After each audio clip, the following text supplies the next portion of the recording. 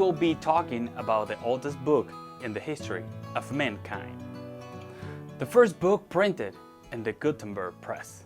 Also, the best-selling book with more than 6 billion copies sold. Also being the most translated book in the world to more than 2,200 languages.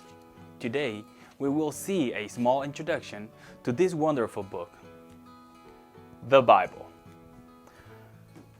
The word Bible comes from the Greek word biblion, which means a set of books. This marvelous book was created over the course of 1,000 years. The Old Testament was written over a 900-year period before Christ.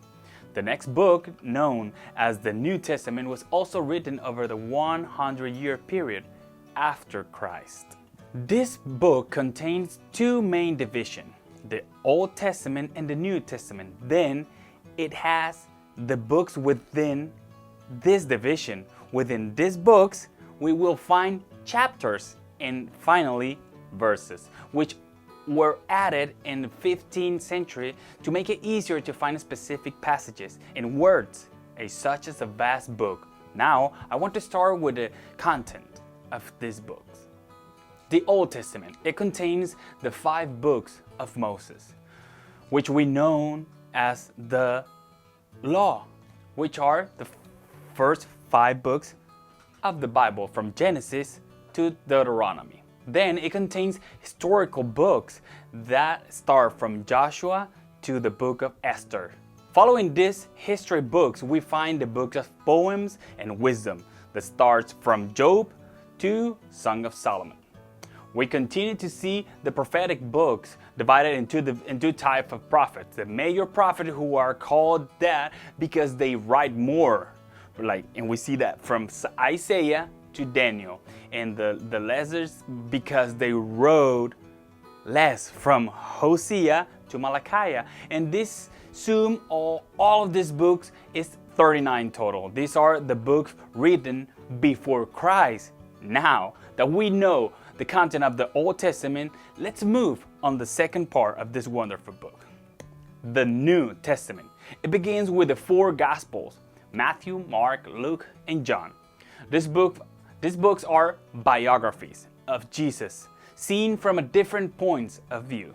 Then we see the only historical book of the New Testament, which is called the Book of Acts. Next, we see the letters of Paul, which were sent to the churches. These books are a total of 13 letters from the books of Romans to Philemon. Following, we see letters from the other apostles, James, John, Peter, and Judah, which are separated books. And finally, we see the only prophetic New Testament book of Revelation.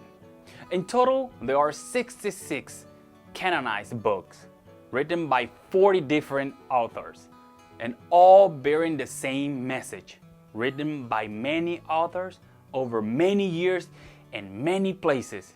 Now, I will teach you how to use it in just 30 seconds or less. Most Bibles have maps and the places where writers walked.